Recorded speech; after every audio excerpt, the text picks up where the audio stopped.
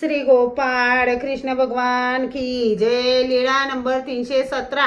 बाईसाच्या आग्रहाप्रसंगी अदृश्य सर्वज्ञ भिंगारहून जाताना मध्यंतरी दोन रस्ते मिळाले। एक रस्ता पावविनाशिनीला जात होता व एक रस्ता जेऊरला जात होता।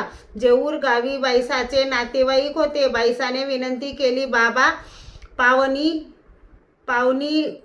पावनीनाशिनीला जाण्याऐवजी जेऊरला चला। सर्वज्ञ म्हणाले, बाई, आमची प्रवृत्ती नाही, आग्रह करू नका। बाईसाने 3 वेळा म्हटले। सर्वज्ञांनी 3 वेळा नकार दिला आणि तिसऱ्या वेळेला सर्वज्ञ अदृश्य झाले।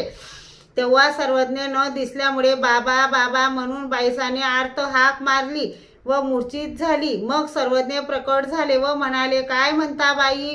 आणि बाईसा सावध झाली। मग बाईसाने विचारले, बाबा, आपण कोठे होते? सर्वज्ञ म्हणाले, आम्ही ह्या रिंगणीच्या झाडाखालीच होतो। बाईसाने म्हटले, पण आपण तर मला दिसले नाहीत। सर्वज्ञ म्हणाले, बाई, आम्ही तुम्हाला सांगितले होते की आग्रह करू नका।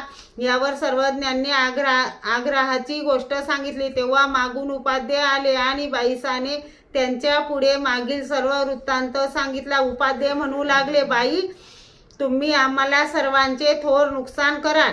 आज गंभीर प्रसंग ओढवला असता अघटित घटना घडली असती। यावर बाईसा म्हणाली, आता नाही करणार आग्रह। श्री गोपाळ कृष्ण भगवान की जय।